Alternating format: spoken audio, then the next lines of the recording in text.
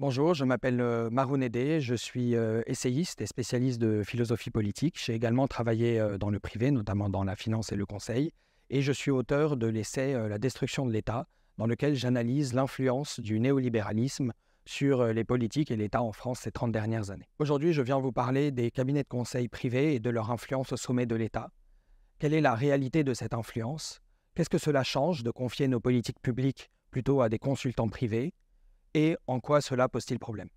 Je me suis intéressé en particulier au rôle des cabinets de conseil au sommet de l'État, dont on a beaucoup parlé au moment de l'affaire McKinsey, hein, le moment où les Français ont découvert l'importance qu'avait pris ce cabinet de conseil américain dans la gestion de la stratégie vaccinale de la France.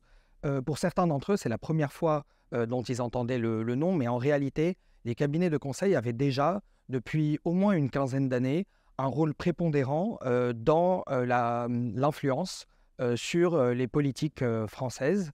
Ils sont rentrés au sommet de l'État à partir de 2007 environ, lorsque Nicolas Sarkozy a lancé la réforme générale des politiques publiques.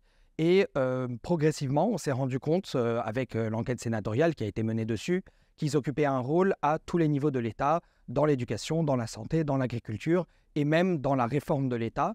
La commission sénatoriale a décrit un phénomène tentaculaire en expliquant que le recours aux prestations de conseil a plus que doublé entre 2018 et 2021 et en donnant l'impression d'un État qui ne savait plus faire lui-même et qui avait besoin de recourir à ses prestataires privés pour prendre des décisions absolument essentielles sur notre industrie, sur nos services publics ou par rapport à la structuration de notre administration.